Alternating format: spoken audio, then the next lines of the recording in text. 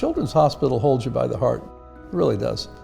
If your child, if your grandchild has had life-saving treatment here, you don't forget Children's Hospital. There's a culture at this hospital. You can just feel it when you walk in. A culture of compassion and caring. There's not one person in this city who hasn't known a child who's been treated here. The mission is to serve every child as they're our own, and to do it regardless of their ability to pay or the background that they come from. A great city needs a great children's hospital, and we have that here in New Orleans. This hospital serves the whole community, and to connect it in another way was one of the intentions of the first Sugarplum Ball. I remember just being dazzled.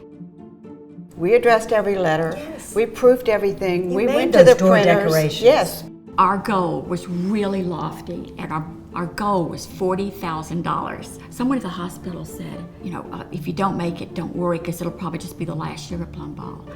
And we all thought, not on our watch. Yeah. No. Yeah. And we made it.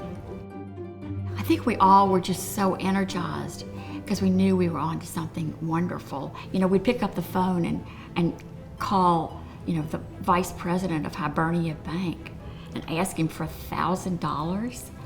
And he said, I'd love to do that. And I thought, oh my gosh, this is fun.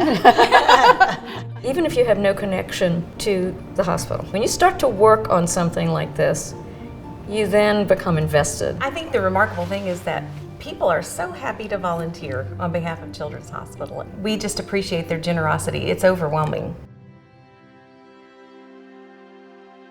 That's why we're transformational. That's why we're excited and hopeful about the future, is because the people of this community have affirmed us and then joined us. And Sugarplum Ball is a mixture of those two that just creates an incredible amount of energy. It's a fundraiser that has never lost its heart. You go because you believe in the institution. And maybe a lot of it comes out of a sense of gratitude. We're so grateful for the job these healthcare workers do. Our community has been amazing.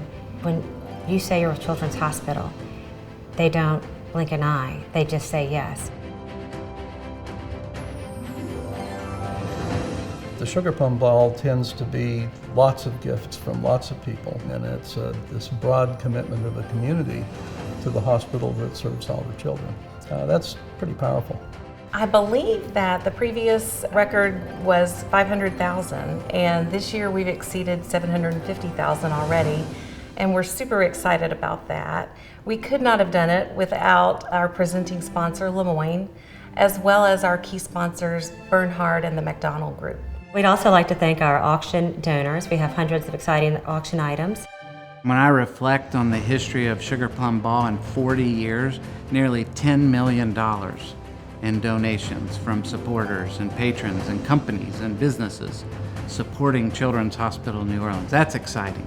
This generosity allows us to invest in our signature programs like a heart center or the cancer center, our emergency room, our surgical services, our imaging.